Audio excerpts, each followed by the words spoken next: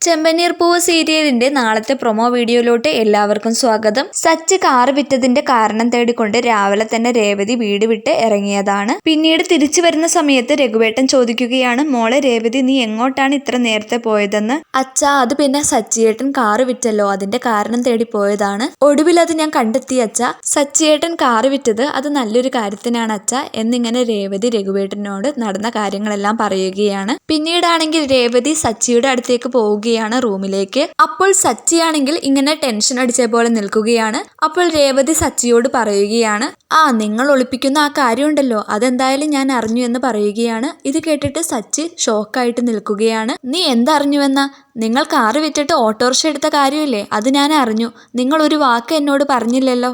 എന്തായാലും സച്ചിയേട്ടൻ ചെയ്ത കാര്യങ്ങളെല്ലാം നല്ലതാണെന്ന് പറഞ്ഞ് രേവതി സച്ചിയെ സമാധാനിപ്പിക്കുകയാണ്. പിന്നെ കാണിക്കുന്നത് നമ്മുടെ രേവതിക്ക് വേണ്ടിയുള്ള പൂക്കളെല്ലാം സച്ചി കൊണ്ടുവന്ന് ഹാളിൽ ഇടുകയാണ്. രേവതിക്ക് വേണ്ടി മാല കോർക്കാൻ വേണ്ടിയാണത്.